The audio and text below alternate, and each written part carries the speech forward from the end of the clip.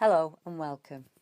Today's account comes from the Culloden area and it's from 3 separate witnesses told on 2 separate occasions to a researcher of ours, and the glyphs and the structures that you're seeing are hers, and she was fine with me sharing them with you. So have a look as I'm talking and see what you think. Our team member was in the Culloden area today and spoke to a croft owner who has a croft at the north end of the valley, while discussing the earlier wildman sighting at Cairns. The witness, who wishes to remain anonymous but swears that she saw a tall, hair-covered humanish figure, her word, at the Cairns about 2 weeks ago. The creature was about 7 to 8 feet tall by her estimation. It was just at dusk and the sighting only lasted for a few seconds, while the thing crossed the site and made off into the trees in the direction of the battlefield. And that was the account that they were discussing when the second witness revealed his account. And here's what he had to say. Witness B stated that he had seen the same figure also.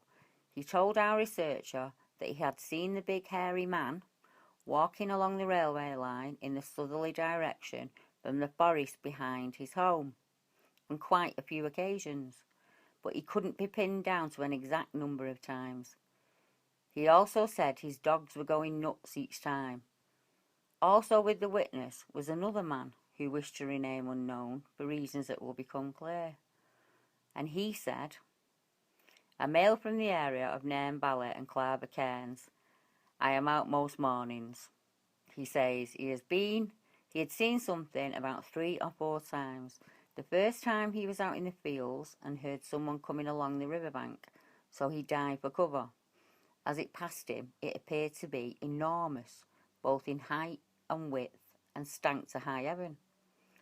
His best view was one night he had his nets out on the river and he had walked away downstream, presumably to scare the fish towards the net, although he didn't specify that.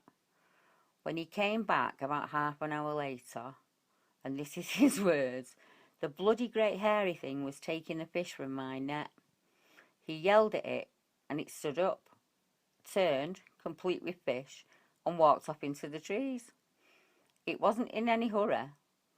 Our researcher asked the witness for a height estimate, and as he himself is 6'3", he thinks the thing, as he keeps calling it, was around 7 foot and broader than himself. He has also seen the thing on other occasions on the opposite bank of the river, but not within 30 feet. It's always just out of range, and he tries to hide in a tree or bush once.